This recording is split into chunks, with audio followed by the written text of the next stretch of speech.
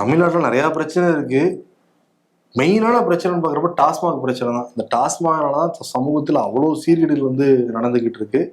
இப்போ என்னன்னா சிவகங்கை மட்டும் இல்லை, பல மாவட்டங்கள்ல பாஜகவோட மகளிர் அணி நிர்வாகிகள் என்ன பண்றாங்கன்னா, எல்லா கவர்மெண்ட் ஆபீஸ்லயும் அலுவலகங்கள்லயும் முதலமைச்சர் போட்டோ இருக்குல்ல, அப்ப டாஸ்மாகும் ஒரு அரசாங்க அலுவலகம் தானே, அங்க முடிய முதலமைச்சர் போட்டோ வைக்க மாட்டேங்கிறேன்னு சொல்லிட்டு சிவகங்கை பஸ் ஸ்டாண்டு பக்கத்துல இருக்கிற டாஸ்மாக் கடைக்கு போய் முதலமைச்சர் போட்டோ வெட்டி தமிழக குடிமக்களின் அப்பா அப்படின்னு சொல்லி ஒரு இது ஸ்டிக்கர் ரெடி பண்ணி அதை கொண்டு போய் ஒட்டியிருக்காங்க.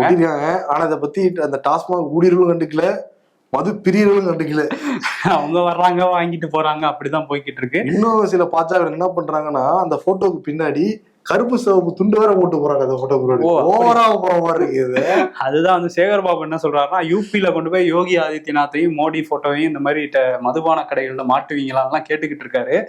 பட் இவங்க வந்து என்ன சொல்றாங்கன்னா, இதுதான் சரி, இங்க வந்து ஒட்டிதான் ஆகணும், ஏன்னா இதுவும் அரசாங்கம் தானே நடத்துறாங்க அப்படின்னு வந்து இவங்க ஒரு பாயிண்ட் சொல்றாங்க. இப்போ சில பேர் மேல வழக்கெல்லாம் பதிவு பண்ணியிருக்காங்க பாஜக காரங்க மேல இந்த மாதிரி பண்ணதுக்காக. அப்பான்னு வேற ஒட்டிட்டதுனால இன்னும் ஹர்ட் ஆயிட்டாங்கன்னு நினைக்கிறேன். அதான், ஆனா எந்த அப்பாவுமே வந்து தன்னோட மகனோ மகளையோ போய் குடி நானே திறந்து வைக்கிறோன்னு சொல்ல மாட்டேறது அப்பாவுக்கு வந்து புரியணும்.